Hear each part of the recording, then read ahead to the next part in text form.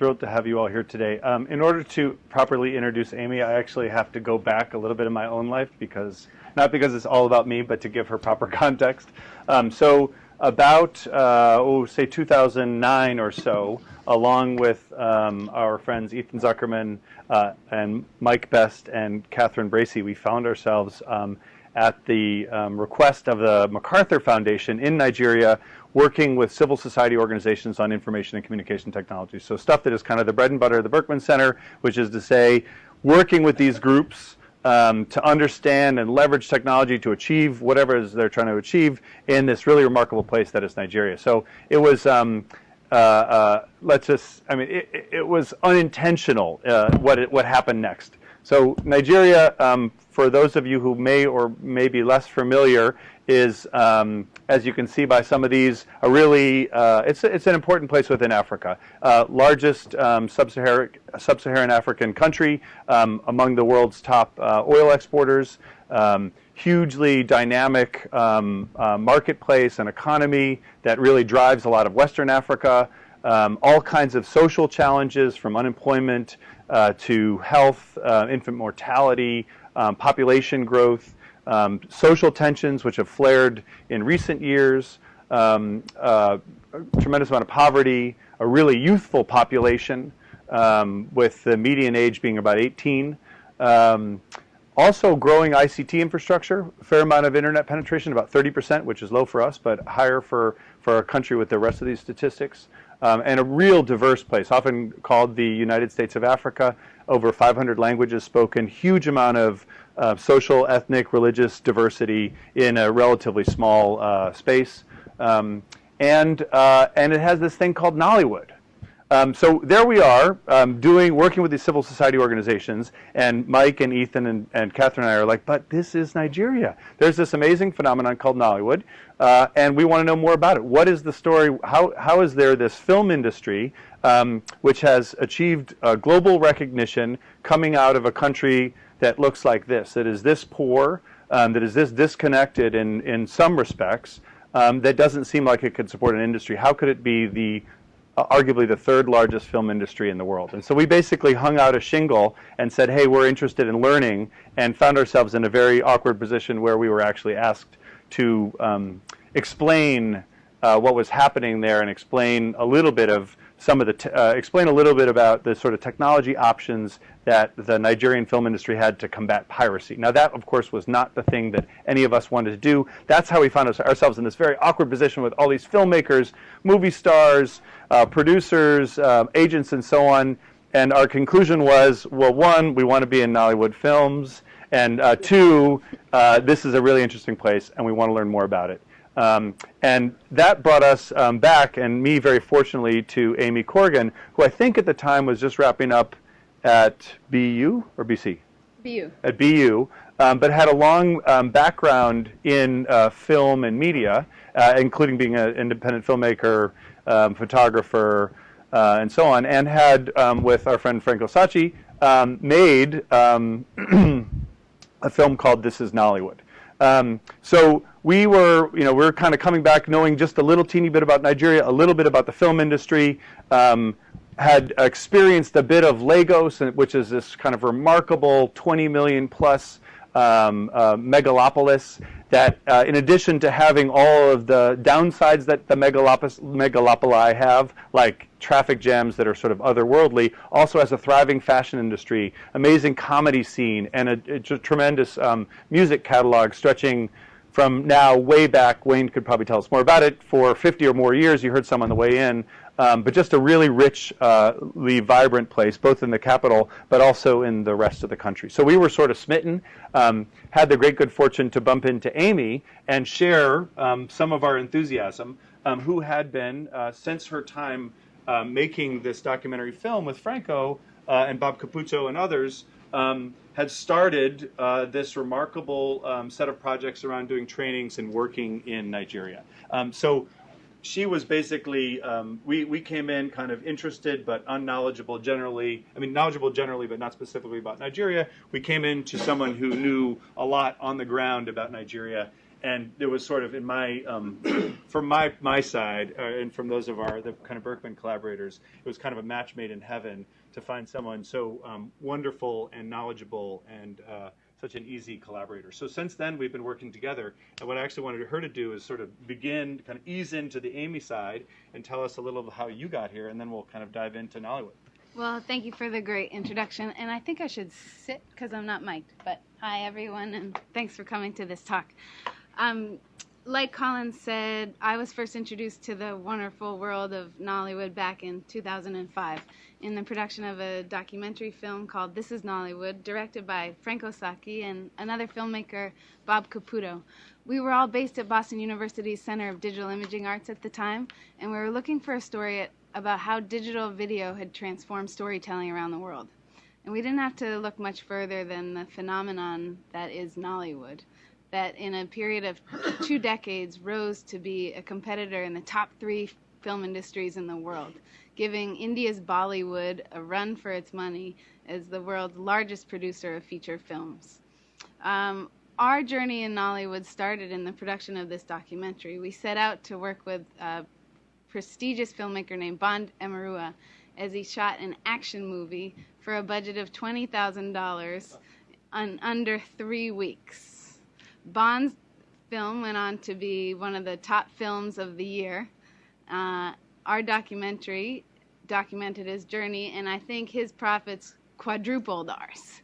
And that's when we realized that Nollywood was an industry enviable to independent filmmakers all around the world. They were using tools, cameras, techniques very similar to the independent film industry in the US for similar budgets, but reaching an audience that any filmmaker in the world would envy. So that gives you a little overview of what we cared about and what inspired us so much. We became fast friends with filmmakers in Nollywood and started getting interested in not only co-productions, but also training. Because right away it became clear that there was a void in Nollywood. While there was access to high-quality tools to make films, there was absence of training. So our team formed an organization called Nollywood Workshops that would focus on providing training, high-end technical training to practitioners, and also explore film production. And we've grown from there. Just to give you a little bit of an overview on the industry as it stands, the average Nollywood film reaches 10 million people inside Nigeria and 8 million outside. Now, these numbers are, as it says here, from certainly credible sources, but for demonstration purposes only. Now, that's because, and we'll get into this later, but one of Nollywood's biggest challenges is that it's an informal, grassroots industry predominantly distributing DVDs. That means there's an absence of a box office to get concrete numbers on how these films are being distributed. That said, we know that the film industry produces about 1,500 films per year, is the second largest employer in the country, and hits revenue up to $250 million per year, which is phenomenal for a grassroots, self-financed industry in Nigeria. What am I missing so far, Colin? Go. So I shared a little bit about our experience on the production of This is Nollywood, where we went inside to the production of a Nigerian film. But just to share a little bit more, these films are produced for about $50,000 with accessible tools. The genres range from drama, love, comedy, action. But the most interesting thing about the industry, when you look at Hollywood, Bollywood, and Nollywood side by side, is that Nigeria is 90% DVD market. Filmmakers shoot the films, distribute straight to DVD, and then distribute them through market stalls and vendors all across the region. It's a distribution system that rivals anything we've seen anywhere else in the world. Now, filmmakers today are expanding into other areas of distribution, cinema, theatrical, TV, online, which we'll get into later. But Nollywood's magic was being able to harness available digital technology and distribute straight to an audience that would devour the films. Nollywood has an incredible star system. that dominates the African entertainment scene. It's really the rise of these stars, I think, that have catapulted Nollywood films into success across the continent. When we talk to fans and Nollywood aficionados, they say, despite some of the technical challenges in a Nollywood film, despite a low-budget production aesthetic, it's the fact that there are stars that they can relate to, stories that resemble their lives, and stars that aren't Tom Hanks or Julia Roberts or George Clooney, but Genevieve or Desmond or Funke. Brands have harnessed on to these stars and recognized that a Nigerian or Nollywood celebrity endorsement can take a mobile company further than any Hollywood endorsement. The African Movie Awards has exploded into the entertainment sector in Africa and honors these stars year after year. So when you take Nollywood's unique DVD distribution, as well as its ability to harness authentic, diverse star power, you start to tap into the magic that is this film industry.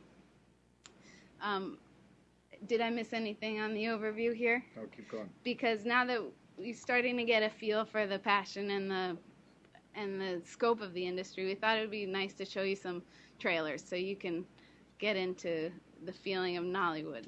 I think I made it clear so far that Nollywood started as a low-budget grassroots industry. That means that while you might find great stories and an entirely Nigerian feel, the technical quality of Nollywood films has been criticized. So while it's celebrated for its vast distribution and great success, it's the technical where there's some room. And one comment on that. There aren't any studios in Nigeria, so everything is shot on location. And that means, and that's something that comes through very clearly in Franco and Aimee's documentary, is just that you're dealing with the challenges of lighting and sound in a way that we don't have to deal with typically here in the U.S. film industry, which really, and then if you pair that with sort of a training deficit, you end up, and post-production deficits, you end up with real challenges in terms of the elements of quality that make it harder to screen in the theater. If there are theaters, of course, in Nigeria, there aren't very many theaters, but so that you can see a whole set of cascading challenges. So what we'll do right now is we'll show you a few trailers for popular, successful Nigerian films made in the past couple years. And you'll see a range between low budget and higher budget, lower quality, higher quality, but we just want to give you a feel for the type of films we're talking about so you can start to feel the Nollywood. English, Igbo, Yoruba, Hausa. Did they put subtitles usually? The majority of the films are in English. Language films are subtitled into English or dubbed into English, depending on the region where they're produced. But it's a great question. Thanks for bringing it up. But because these films are predominantly English, that's something that's allowed them to transcend other borders. It depends on the film. And just one other thing, just one other note. So we're using the term Nollywood, which traditionally has been a reference a certain film industry, sort of the Lagosian film industry, rather than Kannywood, which is the Hausa film industry in the north, or the Yoruba film industry, which is not English in Yoruba. But in much as you've seen in India with Bollywood, increasingly Nollywood is used to describe the Nigerian industry as a whole, and that's sort of. In Bollywood is really only about 1/6 of the Indian film industry because you have other kinds of regional film industries. Same in Nigeria, but they're also recognizing that you kind of got to go with what you have. Right. So this is a film called Bursting Out. It was made by a prolific filmmaker named Aimee Song. We'll show you the trailer. Film was probably made for about $50,000 and was extremely successful in the DVD market.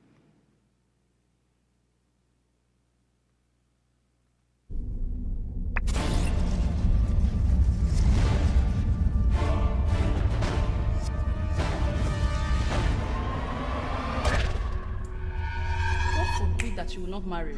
And that's because she's got no man to love. Hello, Angel. It must be Sarah Williams. If it's the last thing I do, I will find you a husband. Your friend suggested you. So I'm here to find out how right or wrong she is. Sorry to cut you, but I need to use the bathroom. I didn't know. Oh, that came highly recommended though. When I'm ready, I will find me a man. Now lie. His name is Tyrone. Fate brought us together. I ride.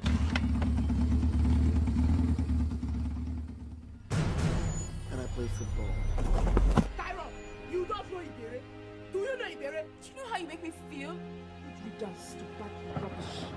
I'll take Aimee. He's a dispatch rider, not a criminal. Stay close to me, Lisa. I'm telling you, I swear I will kill you. I give you my heart. I give you my love, my trust. I'll get you another man in no It's time. not just about any man. It's about this man. Mistaken. Find your own. I love him. What's there to love about him? Everything.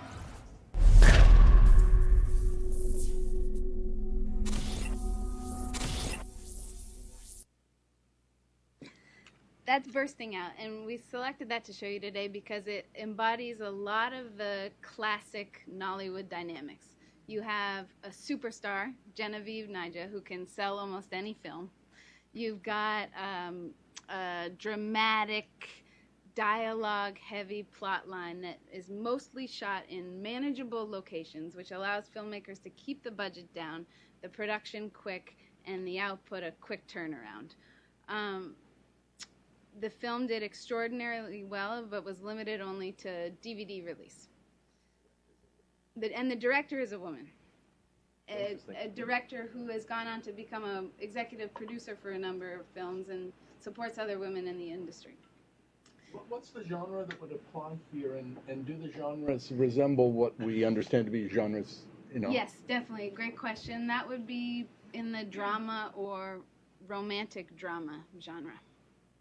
And are the genres pretty much, are they taking a page from the Hollywood standard, or are genres shifting? And You might say that, but, you know, Nigeria has an incredibly rich theatrical tradition. Mm-hmm. So some of the scripts and the films that emerge take after the Yoruba theater tradition, which are heavy on romantic and dramatic themes. Mm-hmm. Now, in what we're calling the new Nollywood, which we'll take a look at later, you're starting to see more action, sci-fi, adventure genres that leverage special effects and post-production techniques. But the original Nollywood genres were storylines that allowed themselves to be shot on low budgets with the constraints. and that really privileges, or that means you totally are depending on almost instantaneous recognition on the part of your audience, right? That you can't create an architecture or narrative that's difficult, or under those circumstances you want instantaneous comprehension from your audience, correct? So you're working with existing genres.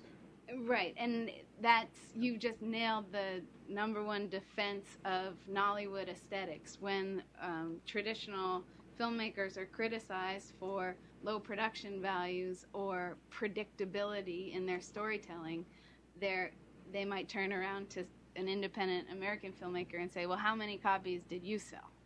Because these are the movies that continue to be blockbusters. Or they could just say Jerry Bruckheimer.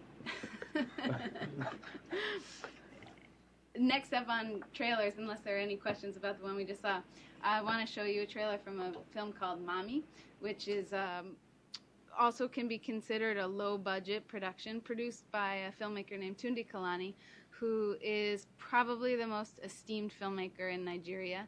He comes from the Yoruba tradition and originally started making films in Yoruba language, changed into English, an English-Yoruba mix, and you'll see subtitles here. But he, while leveraging available technologies and new distribution techniques, feels his predominant audience is a local Yoruba audience, but he's trying to tell stories that will appeal to a global audience as well.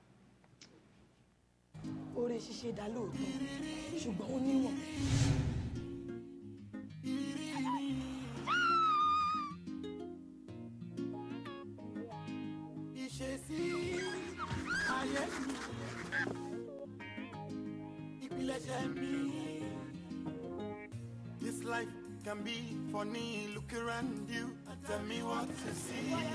Yaki show me your bed, Baba ma chenche ya. Ope pade mi ni gubala ma finjeba. Pelu eja shower. I think about those days that sit there, imagine how mama go Peter all day. She used to complain a lot, but then my boy, look at mama. I had to move right away. I'm not feeling nice to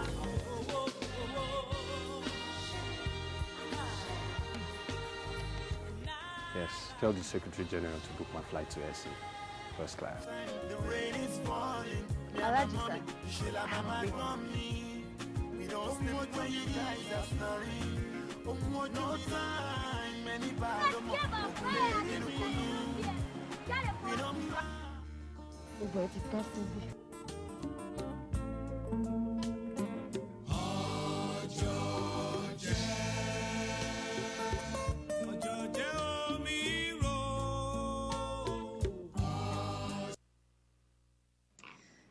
That's Mommy. An interesting thing about this film, and we'll touch upon the piracy issue in Nollywood later,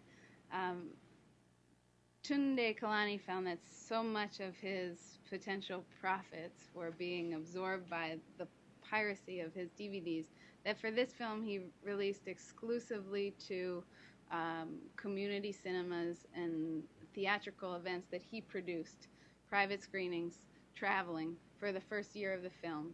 Then he released a theatrical to try and recoup some of his production's costs before going into the DVD market, which is really unique for filmmakers in Nigeria. Question? As opposed to film? Yes. And so is post-production, because there's no studios, generally just done on laptops? Because I've noticed there's like a limited number of techniques used in editing and special effects. That's exactly right. And Yeah? Franco, feel free to weigh in here. The Nollywood film industry started on digital and has been digital ever since. Right.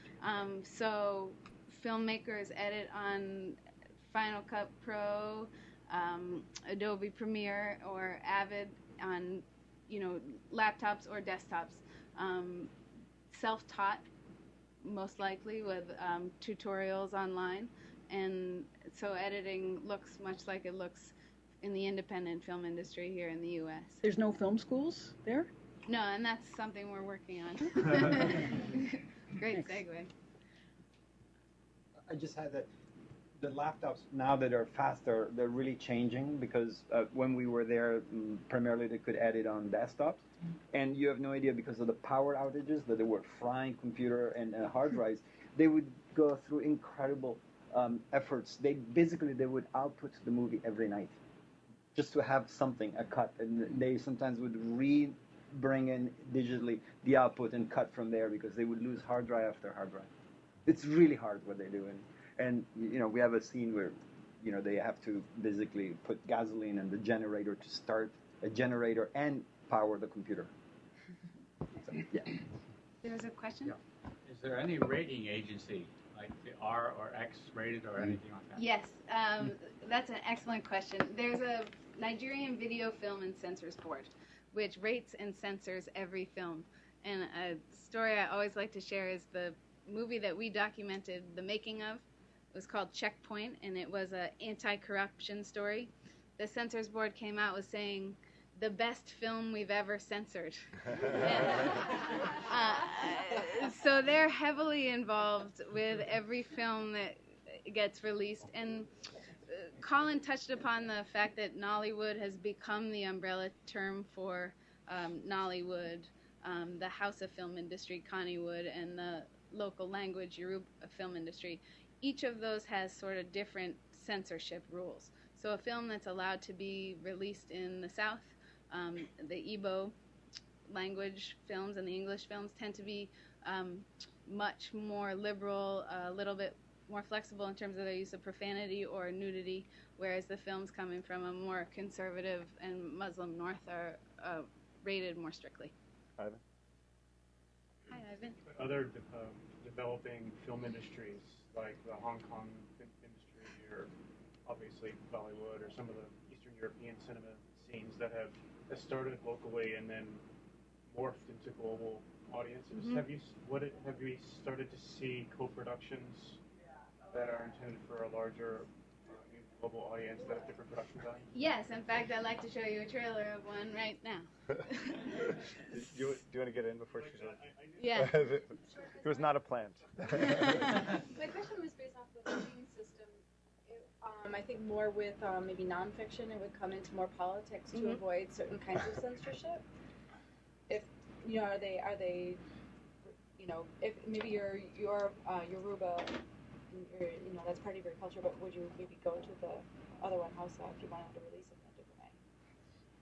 Question, please. Basically, can you work the censor board depending on where you want it? I mean, so you go to the one that you plan ahead so that you can get your message out. That's a great strategy, and I think if you are trying to release to an audience that is comfortable with the themes in your movie, you might determine your strategy based on that way. The guidelines for each censor board are pretty clear.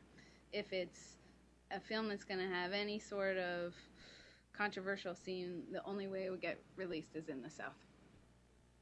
Just as a slight aside, the most recent, you were mentioning documentary filmmaking. So recently, a film that deals with corruption and oil revenues, a half-an-hour documentary, was not approved by the censor board, and I think all of the television stations refused to run it as well. But interestingly, that drove the recognition of that particular film. And if you look at the YouTube views, I haven't looked at it lately, but just through the roof, right? So everyone wanted to see it. They got far more exposure than they ever would have gotten. Now, I don't know about the local international breakdown, right? But they got far more exposure precisely because they were censored. So there's two of them. I'll give you the link. I'll look for it. Just one more point on your question. You asked about nonfiction. Nollywood essentially describes a narrative and fiction film industry. So there are very few documentaries to come out in this under this umbrella. That said, there's increasing demand for nonfiction documentary on television, and one of the areas that we're pursuing with Franco and with Nollywood workshops is whether nonfiction is another storytelling mode that might find its way to an audience through Nollywood. Fiction story that has some nonfiction roots. Right. But I'm going to say for Mike and Ethan and I, when we first, a lot of our thoughts were about that. Is how interesting if you had, there's all these amazing, there's the kind of creative storytelling that you're already seeing, which is so inspiring to see Nigerians telling Nigerian stories or Africans telling African stories as opposed to Hollywood telling them. But also imagine all of the other kinds of reporting and storytelling of more documentary works that needs to be out there, just to be able to tell the actual things that are happening, not only as stories, but also as facts, and how powerful that would be if you'd like to think that might be. So. Great. So just to pick back up on Ivan's question, you asked about co-productions from other industries. And just in the past handful of years, we're starting to see co-productions from filmmakers in the UK who are interested in partnering with Nigerian filmmakers, as well as filmmakers in the US. We haven't seen any Asian investment that I know of, but European, North America, the diaspora audience is starting to invest in co-produce. And this film, Last Flight to Abuja, is a great example of that. You'll see in terms of the low budget quality continuum, this film, also successful, was high budget by Nollywood standards, and I'll leave the quality determinations up to you.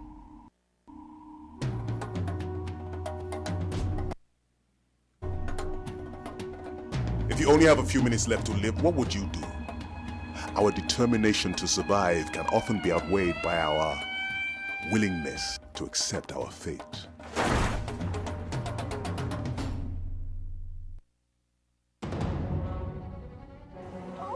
I have been authorized by the board to take you, all of you, to Abuja. Abuja! Madam, is everything okay? I'm going to surprise someone. Welcome aboard Flamingo Airways Flight 212 to Abuja. Enjoy your flight.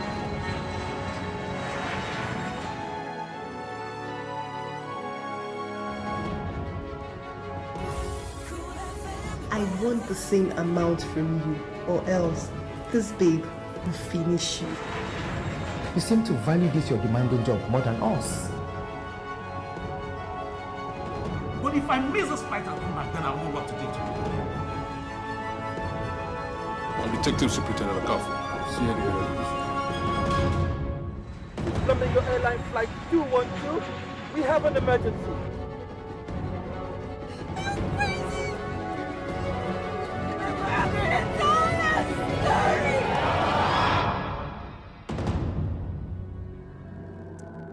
Flamingo Flight 212, can you hear me?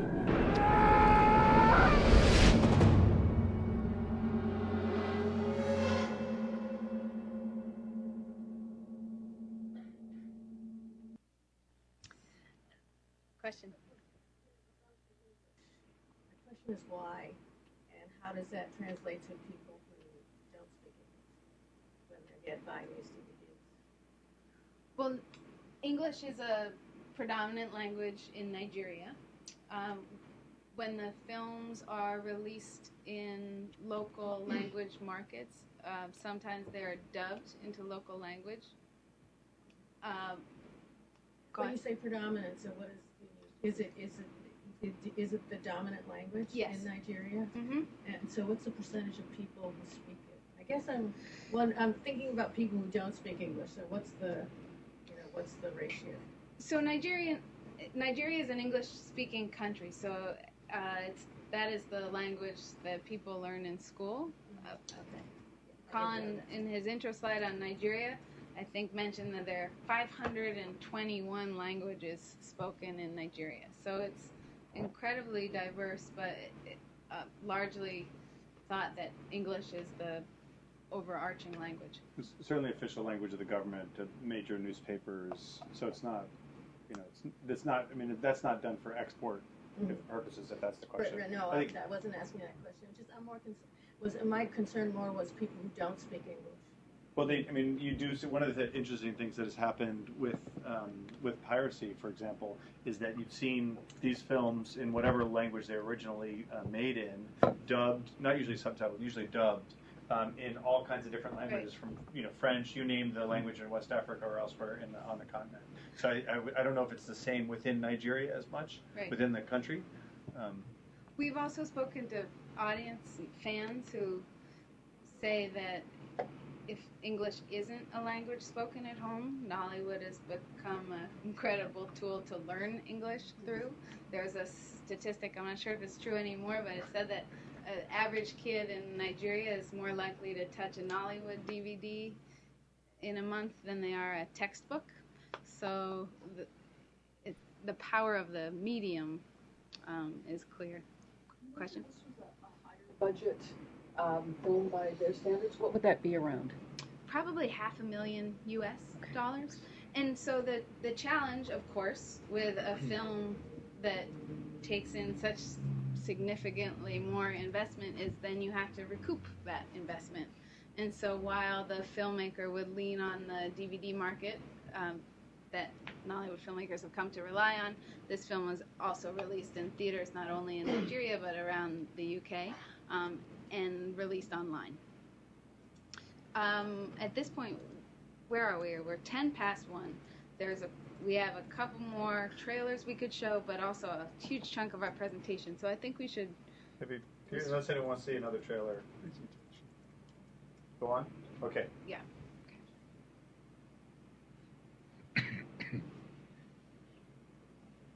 So we've kind of alluded to some of these challenges thus far.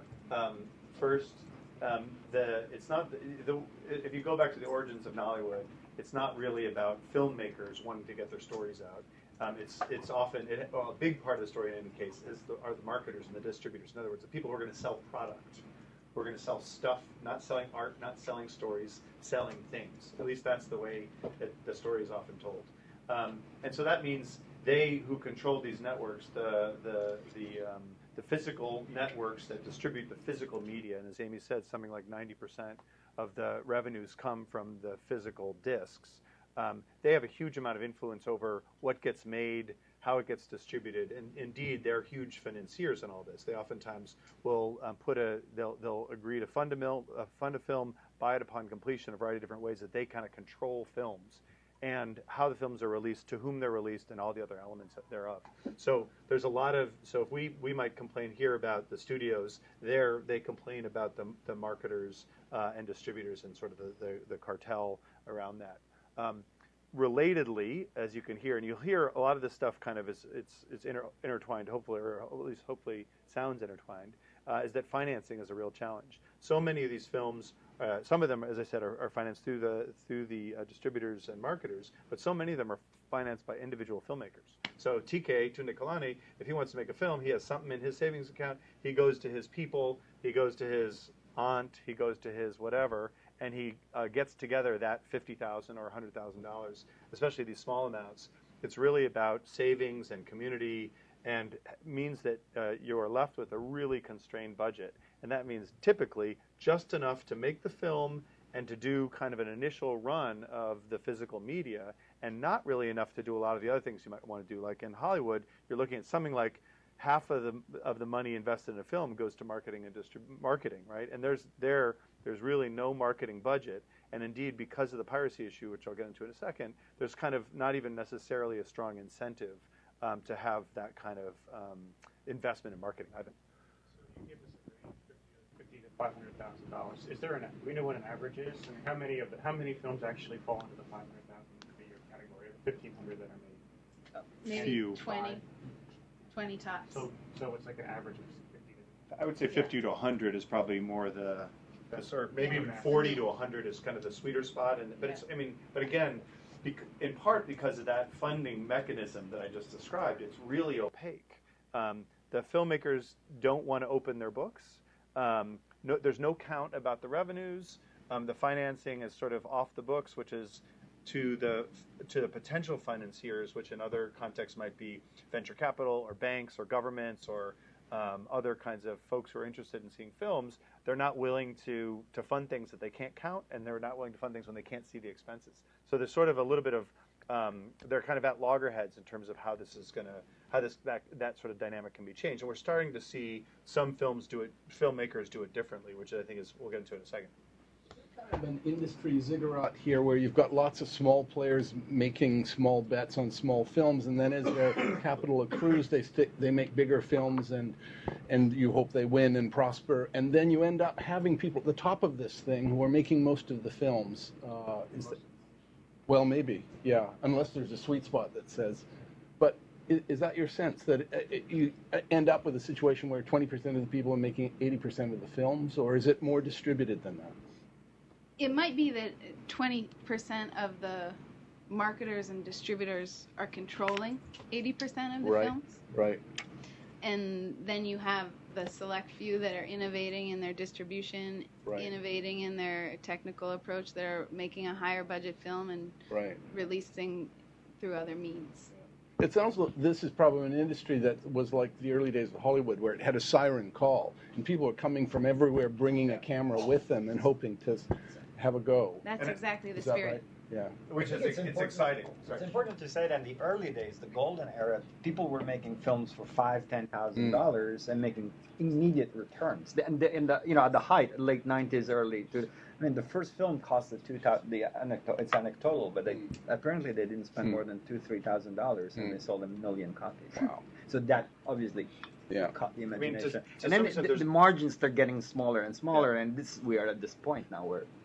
But there's a sort of an interesting opposite mentality, right? Where Hollywood wants to take a bigger bet, and even if it's only going to pay off at, they're going to double their revenue as opposed to making 10x or 100x. They'd rather make $100 million than bet on a smaller film. So it's an interesting. I mean, for me, where I began in all this was seeing outside actors, the World Bank and other kinds of international kind of governmental organizations and so on, wanting to get involved because they recognized how important the industry was for job creation and other sort of things that are kind of nuts and bolts, and really being afraid that there was going to be the imposition of a Hollywood type model as opposed to trying to figure out what a Nollywood model looks like, what a unique to Nigeria's challenges and opportunity kind of approach looks like. So The last piece to talk about here is the piracy, and that is first to note that there would not be the Nollywood that we know without pirates, right? Because it is precisely the dynamics we talked about around financing, which made it so that filmmakers would only make a run of DVDs for their immediate community, that market that they knew and could get stuff to. And there are no marketing, no real kind of vectors to get to a broader distribution of those DVDs and VCDs. But you saw the pirates come in, and not piracy like we practice piracy in the U.S., where we download it and we watch it ourselves, but the same place, perhaps, that is making Aimee's VCDs runs an extra 100,000 of them out the other side, out the back door, and they go off in trucks to other markets. And so what you saw was the expansion of the genre and the people who were able to see these films, expanding across Nigeria, pretty neat, expanding across the continent, which is pretty remarkable if you think about that, and indeed to around the world, substantially to diaspora, but also to many folks who are not part of the Nigerian diaspora. And then How important is the online distribution compared to the DVD? It's growing. So you may have heard of Iroko TV, kind of dubbed the Netflix for Africa, which has been making a big play in both, especially online distribution, not especially targeted to Nigeria, but kind of more to diaspora, but will be moving towards Nigeria as connectivity gets better, the power issues, there's still some kind of barriers there. But I think globally, there's a huge diaspora market, and it's being increasingly well served online. Now, we don't have the numbers for that, and the initial, so there's Iroko TV, Real African, there's at least Afrinali. We'll get into it in a second. There's a half dozen folks who are doing this, and that seems like the future. Cost of a legitimate version of the DVD when it goes to one of these market stalls? A legitimate version. Legitimate version. $3, $3 to $6, depending on the packaging. Although there's just with now the Iroko new one, right? They're doing kind of the Jumia version that's maybe $10. Right. So there might be which is a hard copy that you could order online. But if you're going to a stall and getting a legitimate copy from a vendor, it probably costs you between $3 and $6 US. Whereas a pirated copy might cost you $1 US, but you're taking a risk on that VCD or DVD that it might scratch, it might, the sound might be bad, someone's head might walk by the TV that it was filmed on. So producers are starting to trust that their most dedicated audience who wants a good copy will pay for the legitimate copy, but that has yet to be seen. And how much of that, I guess the system doesn't work that it pours back to the filmmaker because you've got the distributors basically taking it all. Exactly. Right, and so, notwithstanding the great marketing and branding power that piracy has had to kind of catapult the industry, filmmakers in Nigeria perceive piracy as a catastrophic issue that isn't being regulated, that they can't fight head on, that they can't out-market the piracy rings that have become so excellent at distributing their films. And filmmakers will say that between the time they release their film, there'll be a better copy, pirated version in 2 days, saturating a market in a way that their distributor never could. And I'm sorry, the distributor's net out of that $6, you got the net to the producer. Depends on the deal between the distributor and the producer, and the equation really is how much did that distributor put up to make the film.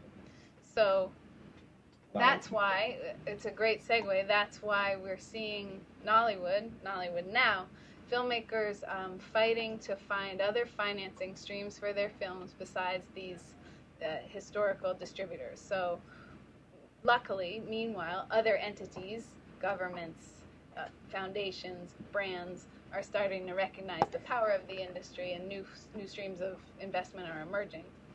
And with that, Colin mentioned, and I think you asked about online.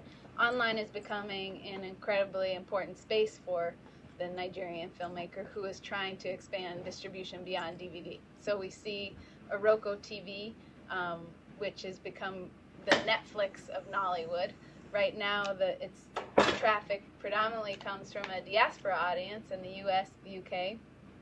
But as broadband connectivity increases in Nigeria, they anticipate that fans will start turning to online to watch their movies. And so we're seeing startups emerge to satisfy that current need and hopefully potential additional need.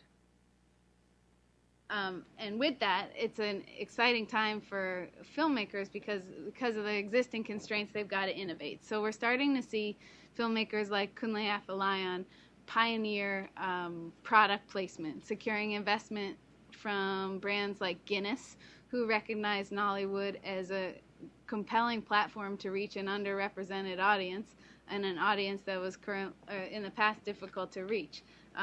With this comes a higher production value because the filmmakers have more money up front to use better tools and also increase their quality. That enables patience with the distribution. The filmmaker doesn't have to rush to return the investment to the distributor. They get to do what we call a windowed release, where they release in the theaters and then online and then can lean into the DVD market. And with that type of distribution strategy comes these box office-esque numbers, especially from the online market, that allow that filmmaker to go to a financier for the next film and say, now I have proof for my audience. So while I don't think any filmmaker in Nigeria is willing to walk away from the VCD, DVD base that has built the industry, you're seeing that the top filmmakers really start to experiment with how they can preserve the history that's made them so successful and also experiment. And you can hear how that addresses some of the challenges they face, right? From the financing to piracy. When more people see it, that's actually more valuable to Guinness, right? It's as opposed to the 100,000 people, and they don't care who paid for it and who got it for free. That's a sort of increasing returns, but also allowing the windowed release that Aimee described, which means that they're sort of able to capture more revenues from different streams earlier on before the doors are really kind of open to piracy. So you see that the digital world allowing all these kinds of new affordances to potentially to the filmmakers themselves, which can disintermediate or at least make the distributors and marketers, the other kind of folks in the chain, deliver value in a way that up to now they haven't really had to. And we see that play out in the formal investment, more formalized distribution, and also in the informal, where we have a filmmaker like Tunde Kalani, who's harnessed a vast audience throughout Nigeria, starting to experiment with things like crowdfunding, crowdsourcing cast and crew for his film, leveraging inexpensive tools, Twitter, Facebook, to promote a film in advance and build a following, using that data to demonstrate to other potential investors that there's already an audience for a film that they're funding, and starting to see exciting things happen in this space. There are a couple questions. Eric and Ivan? Yeah. So as the financing begins to change and the budgets go up, I'm curious about the kinds of films that get made and who gets represented and the sort of level of progressiveness of these films. I mean, is there now a sort of narrowing range of representations as the industry kind of comes into itself? Some of this stuff is so new that has yet to be seen, but that is the ultimate question. I think it's the ultimate creative question. Because with outside investment becomes a potential loss of creative control. And what's been so incredible about Nollywood to date is this independent, self-financed, self-reflective spirit. And so now that the additional funding is coming from more formal and often Western sources, some filmmakers might feel pressure to incorporate more Western and modern themes into their films. That said, this filmmaker, Tunde Kalani, who's experimenting probably more than anyone we know in terms of alternative distribution and engagement online, is very committed to preserving the Nigerian-ness of his films. And I think we'll see what happens. Ivan? So far in distribution, we've talked about physical DVD and we've talked about internet, but what about television, satellite? I mean, in a lot of countries that I know, cable, especially pirate cable networks, are a massive and very important distribution network for all sorts of video material and film material, and right. A lot of times they'll have also significant control over finances. There's an interesting history between Nollywood and television. Many of Nigerians' best filmmakers come from a television tradition. And legend has it that in the beginning they made a very bad deal. And the amount for which they sold their film to the network was becoming so unsustainable that in the early 2000s they did a boycott. And the entire Nigerian film industry refused to sell films to television, satellite in Nigeria and South Africa, which are the biggest broadcasters of Nollywood content. Since then, they've been trying to sort of reinstate the deal. But in that windowing, because the filmmaker can secure, for now, most of their profit from DVD, then a high-profile theatrical release in one of Nigeria's 7 to 10 cinemas, the TV deal usually happens alongside the online deal, which is late in the window. It feels like the diaspora audience is a special problem here. On the one hand, presumably they kind of wallow in a world we have lost nostalgia. So they want a very particular kind of filmmaking. Mm-hmm. On the other hand, they're recipients of the highest standard of Western consumable culture, right? And so they have very high expectations. Presumably, actually, you don't want this tail wagging this industry dog, right? For both those reasons. Because of the notion you just raised, sir, which is, this is the audience that for whom big money will go looking, presumably. Not least because this is an audience from whom you can capture that return on investment, right? Because you control the distribution channels. It's not pirates. It's well established. And so, is there any danger that the diaspora audience will have an undue influence on the creativity of which this industry is capable? I think, yes, there's a danger, and that comes back to Eric's question about investment. And there might not necessarily be a link between the investment in the films and then the consumption of the films. It's interesting, when you talk about diaspora fans of classic Nollywood, some talk about it as a sort of kind of the way you might talk about the Kardashians. Like a lot of people love it, but they don't like to admit that they love it. And then because of the production value being low, but there being a kind of unmistakable authenticity in the storytelling. Some of these breakout hits, like Last Flight to Abuja, that might try to appeal to more of a Hollywood sensibility, have actually turned out to be more popular in the Nigerian market than in the diaspora audience. So it has yet to be seen because it's so early in this experimental phase, but it might turn out that it's that Nollywoodness that sells. Great questions. Yeah, excellent. And I think and just to put a fine point on it, we did an event for a bunch of Nollywood filmmakers in Atlanta, maybe almost 2 years ago, and the question on the table was, who are we making movies for? And depending on who you ask, they had a different view. And I don't know that I don't think there is a right or wrong answer. One of the things that is neat about Nollywood and that you'd like to see preserved is that people make what they want to make for who they want to make it.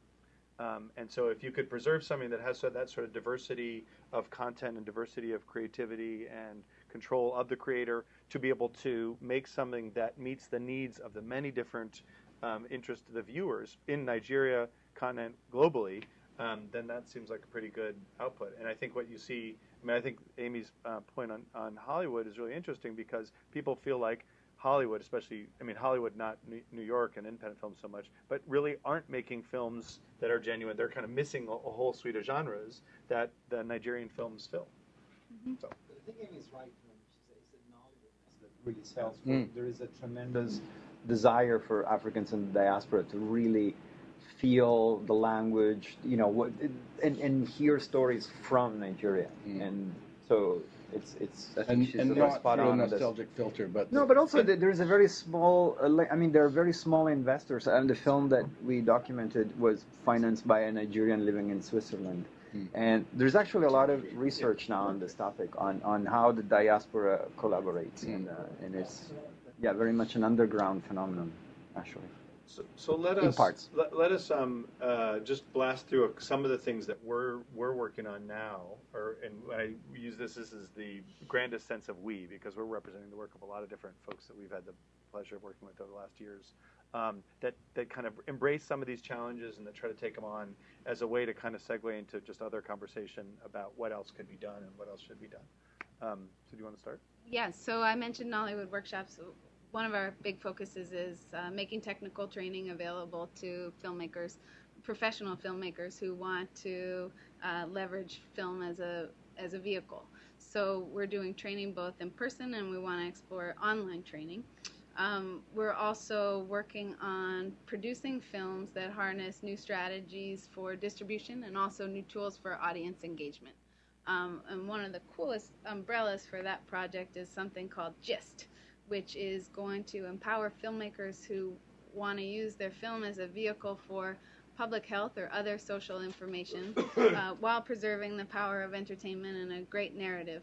But we believe that Nollywood offers a tool to connect to, like we said before, an often underrepresented audience, and that through a film, it opens up this whole host of possibilities to really connect and engage with an audience, spark dialogue towards positive change. And this lines up really well with things that filmmakers are excited to experiment with in new distribution and new audience engagement that can help keep their industry afloat. So we're pioneering some of these methodologies through films, and you can see where, so if you're if you want to kind of so in the United States, participant media, which some of you will be familiar with, contributes to lots of sort of social issue films, everything from, I don't know, Lincoln to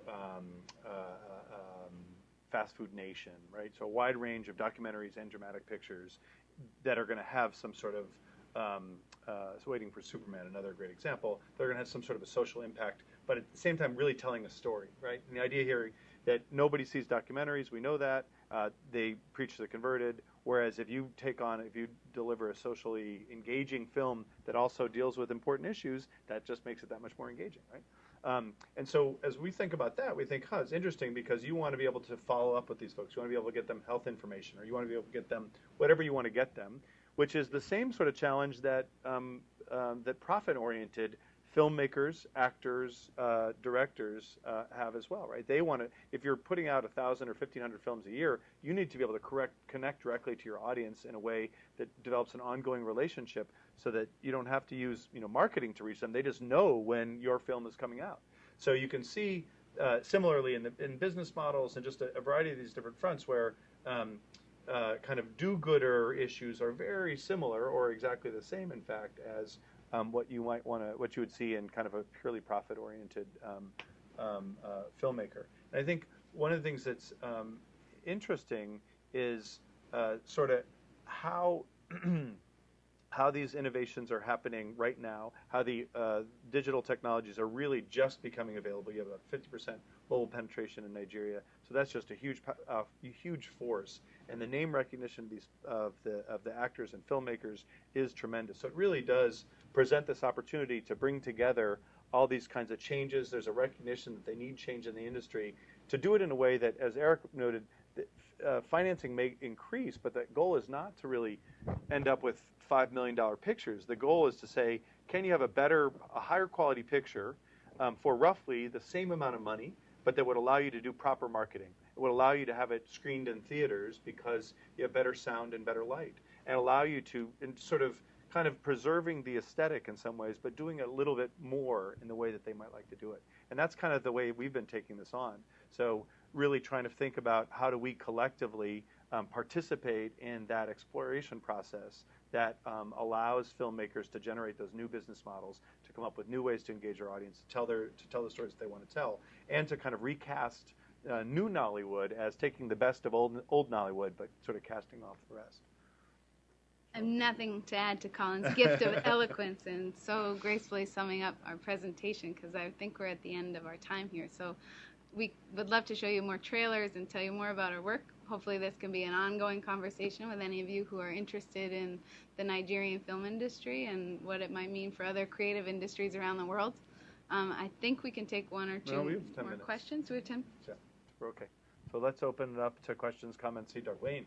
I've been attracted to the Nollywood story for a long time because I'm just really fascinated by grassroots media and so forth, and this kind of transition is really interesting. But I wonder if you could say something about to what extent it continues as a grassroots practice, to what extent there are still very small-scale things happening, and how those fit into the picture. The industry remains small-scale and grassroots. Although it's difficult for us to capture whether the 1,500 films per year is still realistic, we know that every week independent filmmakers are self-financing and producing films that go straight to DVD, and they recoup enough of their costs and investment that they're able to go back out there the next month and do it again. I've just example of film Confusion Nawa, which is one to keep an eye out. It's been quoted that it was produced for under $30,000, and it's releasing in the cinema. It was shot with the Canon 5D, edited on a laptop with a small crew. It looks great. It sounds great. It's a dynamic story that I think is true to the tradition of Nollywood, and it's an example of how some of these available low-cost or at least affordable technologies preserve the original grassroots independent Nollywood and maybe take it to the next level, in so much so that the films can be distributed online because they sound good enough, or can be distributed in theaters because the aspect ratio works, but it's still that Nollywood that's the story. I want to hear from you. Let me just add one little teeny bit. So earlier this year, maybe February, I went from a Bollywood, like the canonical Bollywood conference, where India has something like 10,000 screens, has a couple $1 billion monster industry, right? Produces more films than Hollywood, and also second most revenue in the world. Big established industry that they call about 100 years old, and it is also, I think, widely characterized by the filmmakers themselves as a fearful industry, one where they're afraid to push the envelope, one that it's fear on all sides. It's the filmmakers, it's the studios, it's the censors, it's the cinemas, and it's the government. So basically everyone, there's a sort of a climate of fear and of not really pushing the envelope there, even as they're seeing Indian stories like Life of Pi being told on the big screen, but by non-Indian filmmakers. And I couldn't help but, so I went from that to Nollywood, and it was just remarkable. So you have everything in India in terms of the distribution system, satellite distribution, and studios, and all the post-production, all the kind of stuff you want. Capital, huge market internally and globally. You own the genre, and I couldn't help but feel that it was oppressive, and that everyone who was a filmmaker, their dad or their mom or their uncle or their someone, where it was just a really kind of insular industry where it didn't feel like the Wild West, anybody could do it. And then you go to Nigeria where there's nothing, really nothing. Anybody can do it in some sense. I mean, really, I think it's true. Anybody can do it, but you have to do it from nothing.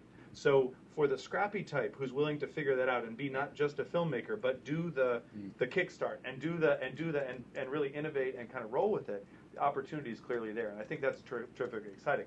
That said, there's a long way to travel, and I think that's the challenge now, is to see how quickly they can travel that distance, and how quickly other countries and other filmmaking communities are going to learn, right, and what they're going to adopt, because they can certainly go faster and further.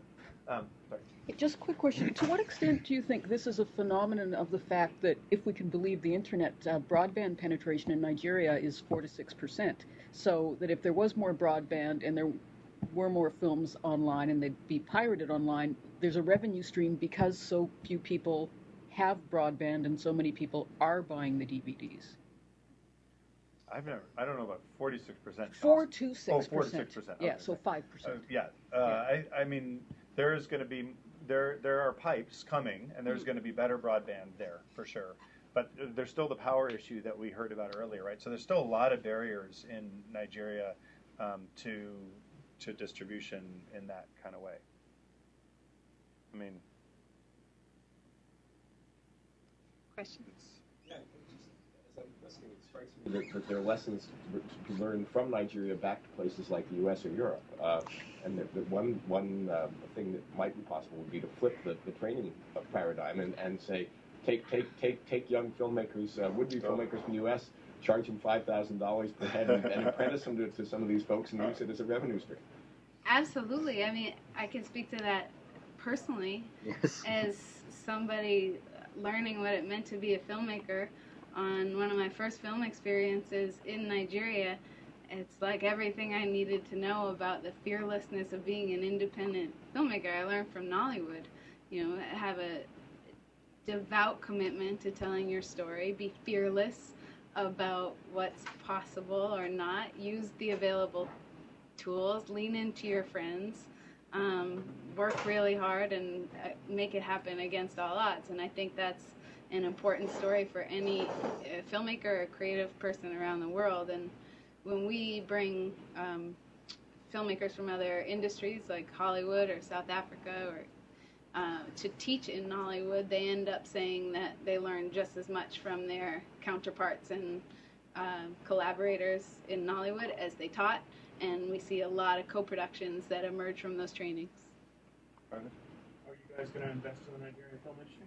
And are you going to start making movies then? we actually, I'm already the executive producer of a movie, which I would say doing a movie with zero budget is the most expensive way to do a movie. I would not recommend it. But we had a whole bunch of Nigerian filmmakers over for a conference, and they agreed to make a movie. So we did it on the cheap with using the diaspora and kind of the Georgia Tech community in Atlanta, who just showed up to make this movie for over the course of about a week, and then did some more shooting in Nigeria on the back end. It was, as Aimee said, hugely interesting, challenging, whatever. It was a little hard for them to do it out of their kind of regular location where they had all their friends and equipment and so on. But it was hugely educational and fun. And having it done that once, you can see where there's a lot of value to be created. And I'd love to harness some of the things that we've talked about to put our money where our mouth is, so to speak, and really do some of this stuff. And I think that's what Aimee's really working on now. Right, it's something that we're really passionate about right now, and it's a part of our program with Nollywood Workshops is to see if we can find investment from foundations, funders who care about specific issues that could be integrated into a film in a meaningful way, and finance that film. Also, I'm going to take this opportunity to make a plug. If any of you feel like investing in a Nigerian film, we have here Dazzling Mirage, an upcoming feature film by Tunde Kalani. It's a love story, a drama, but also a film that's trying to shift attitudes about sickle cell anemia in Nigeria.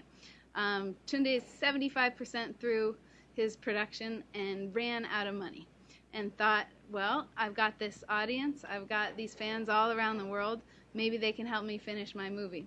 So he's counting on us and you to help him tell his story and to demonstrate that a tool like Indiegogo can be useful and successful for Nigerian filmmakers, because I believe he's the first Nigerian filmmaker to crowdsource online. And to be clear, he's a friend, but this was not our recommendation. He figured this out all himself. Is there anybody on Kiva? Kiva. Kiva.org. We can do the micro London. No, I haven't seen any Nigerian films on Kiva. There are barriers to some of these crowdfunding platforms where sometimes you need to have either an American host or a bank account to be able to set up to be the recipient of the films. So those are some of the things that need to be worked out. And anyway, it's a good question, and definitely terrain to be explored. Is there another Any question? final questions, comments, suggestions, observations, protestations? I'd love to hear more about GIST. Where is that in the design process? Just about to launch in November. So GIST is a program of Nollywood Workshops and also Hollywood Health and Society at the Norman Lear Center at University of Southern California, funded through the Gates Foundation. And the idea is to power filmmakers who seek to use their medium as a vehicle for public health information. So in our pilot mode, we'll be producing 3 films, all towards influencing attitudes and behaviors in a measurable way. And also we're setting up a resource center for any filmmaker who has a public health storyline in their film that they want to vet with doctors or public health experts, who will then read the script and make sure that what's being put out there in an entertaining form is also factually accurate. And that's going to be a free source services for filmmakers who just see it as a personal commitment or see some incentive in telling these stories in an entertaining way. Does it come with funding for the filmmakers, or? Exactly. Yeah. The idea is to fund the filmmakers through a fellowship program, and the belief from our team, and also luckily and kind of creatively our funders, is that entertainment should go first. So the goal isn't to make pedantic NGO films that look like an outside message being infiltrated into a film. The goal is to work with filmmakers who have a personal story to tell, want to tell it in their own way, and use it to engage with the audience in a meaningful way on an issue that they care about. Yeah, and we love your help, and that's one of the great things about these lunch conversations is we're interested in storytelling. We're also interested in audience engagement, and I think in the past, demonstrating the link between media and fiction and attitudinal or behavioral outcomes has been challenging terrain, and we're excited about how we can leverage some of these new tools, cell phones, mobile, SMS, to get some new data and also pioneer some new ways of connecting with an audience. And I know that's an area where you have lots of insight. So on that exciting note, Aimee will be back to check in on that soon, I'm sure. Yeah. Please join me in thanking Aimee. Thanks all of you.